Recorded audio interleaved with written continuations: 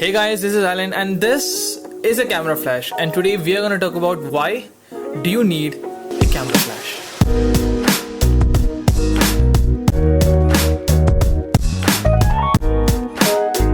But before telling you why, let's learn about some of the history and how flash evolved over years. So the flash originally began as an unsafe and an incredibly intricate device which were known as flash lamps. It was invented around 1899. The photographers used to fill the pan with some kind of flash powder, and they used to light it up so that they can get a little explosion in there that produced a quick flash. And these flash lamps were known to be very dangerous, and most of the photographers who used them were either killed or injured during the process. So it was very unsafe method. And after this, flash bulbs were invented in 1930, and these flash bulbs replaced flash powder. Oxygen was filled inside a small tiny bulb and it was ignited electrically, which produced a very quick bright flash. However, these light bulbs could be only used once. Then 30 years after, electric flash were invented, which were more cheaper and more efficient than the flash bulb. So everyone obviously was looking forward to buy an electric flash,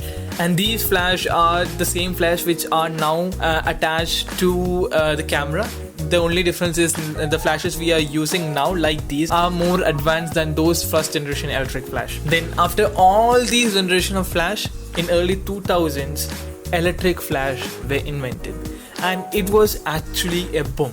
LED flashes which we use now could be seen in most of the devices around us. Like for example, a mobile phone, you could see an LED flash right there, or in some of the cameras there is a pop-up flash which pops out of the camera and shoots it, and also including the actual flashes. And when we look at professional photographers, they do not actually use the tiny phone flash or some of the tiny or the inbuilt camera flash also.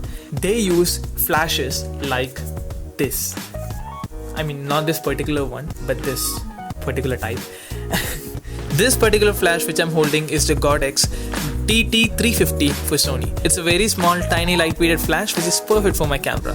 And this flash could be used in manual and in TTL. What is TTL, you may ask? TTL stands for through the lens. Yes, in simpler words, TTL is similar to the auto mode in any camera, which every camera has had. You just have to attach the flash to the camera and just point it out and just shoot. And you don't have to worry about all the flash output or how much bright the flash actually is. On the other hand, there are manual flashes, which I don't have right now. So the manual flashes is actually same or similar to the manual settings in camera.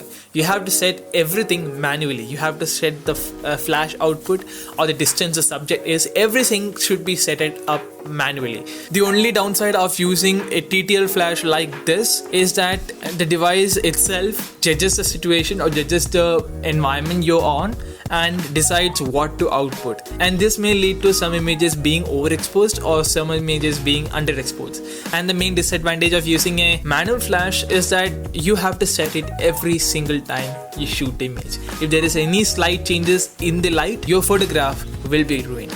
And these manual flash are mostly used by the photographers who shoot indoor, where the entire light inside the room is controlled by the photographer himself. And then again, a professional portrait photographer or a professional in-studio photographer will never use a portable manual or TTL flash like this. They will use something like this.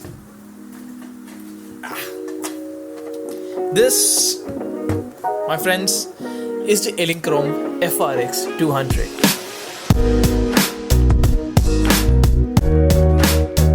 This flash is a little outdated, but this is actually a very powerful flash even this year.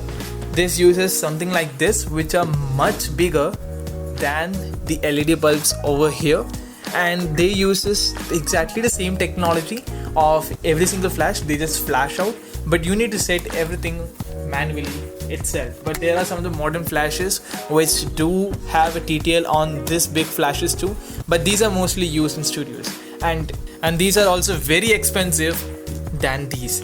And of course, these are used by professionals, and in a sense this is not mine. Yeah, this belongs to my uncle. Yes, that same guy with whom I built the RX100. If you want to watch that video, the link is in the description. I don't trust the Google cards. Yeah. So this you could see by the size pretty much that this is a very big flash and very powerful flash than traditional, the smaller portable ones just like this.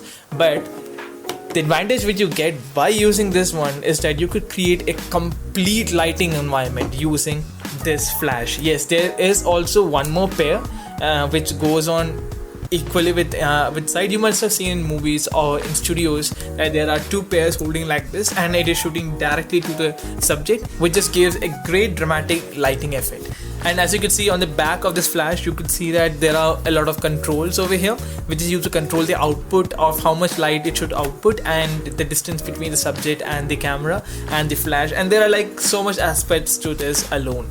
And there is an on shift and a power cable over here. So that's all for today's video. I told you every single thing which I know about flashes to you guys. So now you also have the same knowledge on flashes as me. And now you know, if you're in a dark place and you want to shoot something in high resolution with no noise and all, you need to use a camera flash just like this one. Like the video if you liked it, subscribe if you loved it, and if you have any doubts, do let me know in the comments. Trust me, I have only 200 subscribers, so I will reply to you. Thank you so much for watching again, and I'll talk to you guys in the next video.